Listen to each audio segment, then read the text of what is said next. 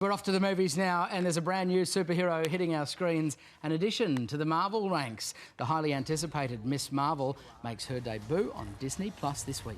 Now she's making superhero history as the first Muslim to lead a series, and our Weekend Sunrise movie man Jason Jabba Davis caught up with Miss Marvel herself.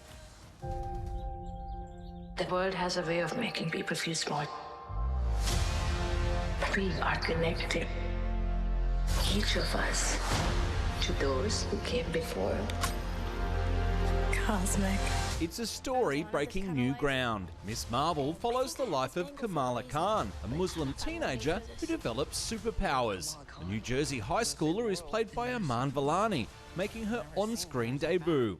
Iman, I'm at my mum's house, so apologies if she knocks on the door and says... All good. I'm actually looking forward to that now.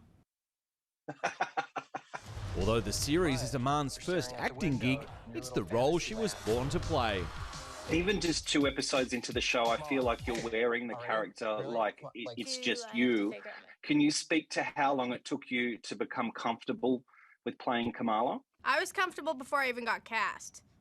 I felt like the comics were written about me, for me, and it was very, very easy for me to kind of slip into those shoes because so much of it was also inspired by like a lot of the experiences I had growing up, and they really wanted to use me as a resource to make Kamala as specific of a character as possible, and I think we really hit the mark with that. It's a tale with a relatability factor dialed up to 10.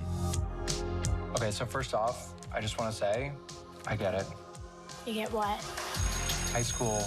Kamala has to deal with boys and religion and family drama and cultural drama and just all the growing pains of just being a kid in high school, and on top of all that, she has superpowers, so that's even more complicated, and so I think people are really going to be able to relate to that confusion and awkwardness of growing up, and we kind of watch Kamala throughout the course of the show subvert expectations and labels that are being thrown at her and then become her own version of what a superhero can look like. It's not really the brown girls from Jersey City who save the world. That's a fantasy, too. Did something happen to you? No, why? Did you hear something? Kamala? And like a true teen, the best part about getting to play a superhero? When my favorite YouTuber mentions my name. Like, all the people who do breakdowns on Marvel and everything, when the real nerds start, you know, talking about me and about the show and share their excitement over it, I think that's really what gets me. I can't wait for Australia to see it. It is so charming. You are such a great fit as Kamala. Iman, thanks so much for chatting with us, and all the best. Can't wait to see what comes next. Thank you so much.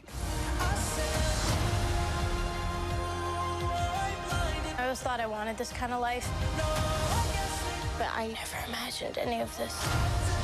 Do you know what you are?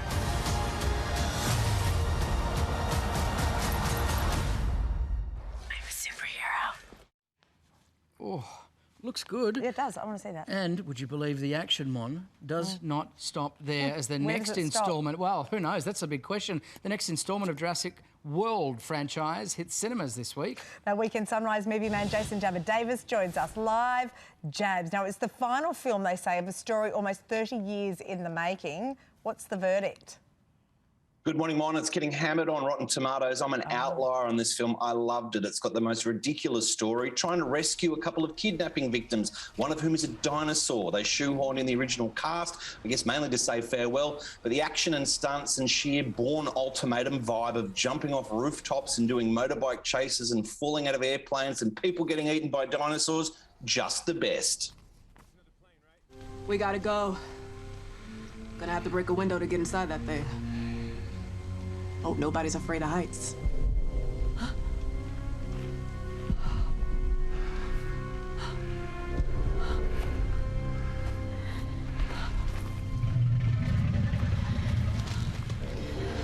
Don't move.